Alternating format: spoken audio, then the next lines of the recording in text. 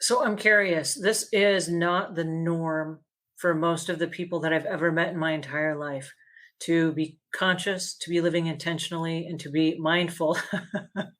How did you get to be this way?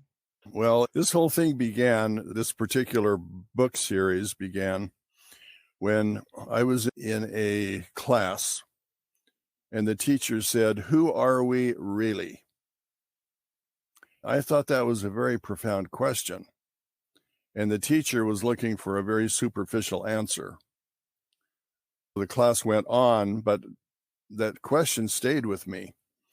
And I asked myself, who am I really?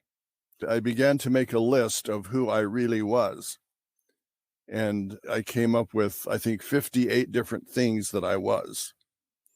And then I asked myself the question, if that's who I am, where am I in all of those things? The question came to me, where should I be in all of those things? Which brought me to what the book is about, which was we're actually a compilation of a whole bunch of different characteristics. And those characteristics form the nature of who we really are. It's like every characteristic is a thread that forms a tapestry, and the tapestry is the essence of our lives.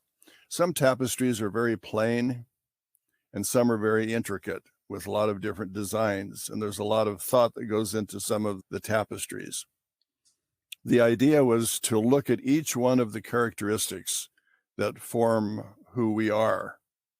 I learned a principle a long time ago that the more general the question, the more meaningless the answer. Mm, So if you go to very specific things, like one of the things that we'll be talking about is abundance. If you look at abundance very specifically, then you'll come up with a certain understanding. If someone comes up to you and says, "How are you?" Abundance is part of that, but your response to "How are you?" is, "Oh, I'm fine." You never really talk about abundance, or you never become specific with that area. If you can take your characteristics and break them down into each characteristic has layers, and you can go deeper and deeper into each layer. Your understanding becomes profound, especially in comparison to those who don't look at any of the layers. They just live in a world of generalities. mhm. That's the way I have begun to look at things.